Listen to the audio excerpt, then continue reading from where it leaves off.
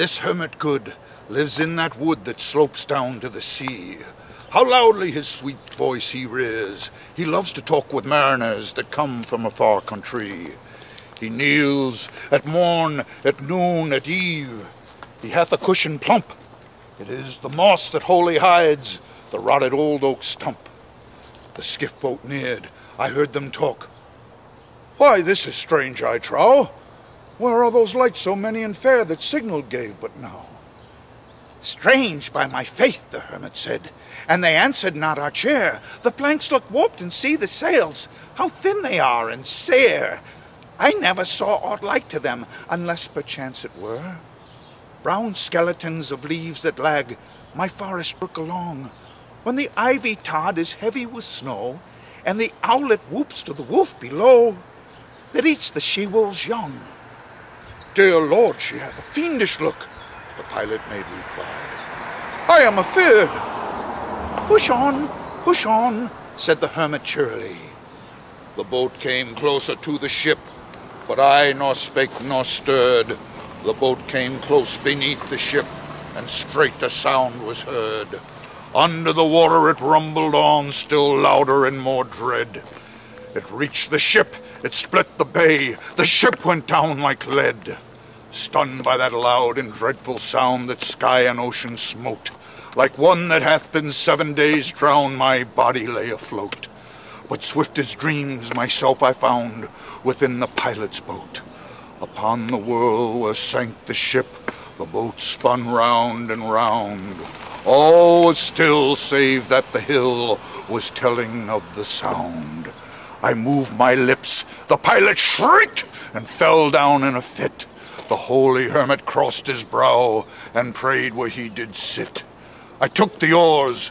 The pilot's boy, who now doth crazy go, laughed long and loud, and all the while his eyes went to and fro. Ha ha ha, quoth he, full plain I see, the devil knows how to row.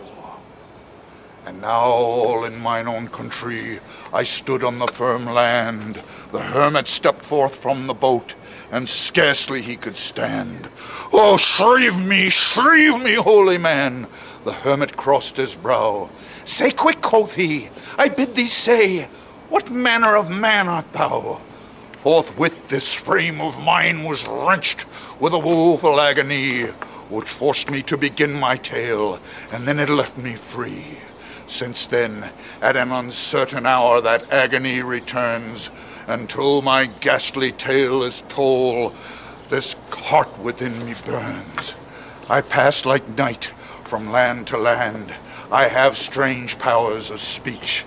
That moment that his face I see, I know the man who must hear me. To him my tale I teach. What loud uproar bursts from that door? The wedding guests are there. But in the garden bower the bride and bridesmaid singing are. And hark, the little vesper bell that biddeth me to prayer. O wedding guest, this soul hath been alone on a wide, wide sea. So lonely 'twas that God himself scarce seemed there to be. Oh, sweeter than the marriage feast, 'tis sweeter far to me to walk together to the kirk with a goodly company. To walk together to the kirk and all together pray, while each to his great Father bends. O men and babes and loving friends, and youths and maidens gay, farewell, farewell, but this I tell to thee, thou wedding guest. He prayeth well who loveth well, both man and bird and beast.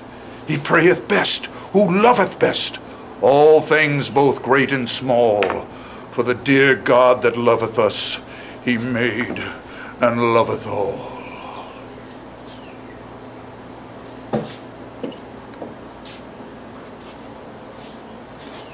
The mariner, whose eye is bright, and whose beard with age is hoar, is gone, and now the wedding guests turn from the bridegroom's door.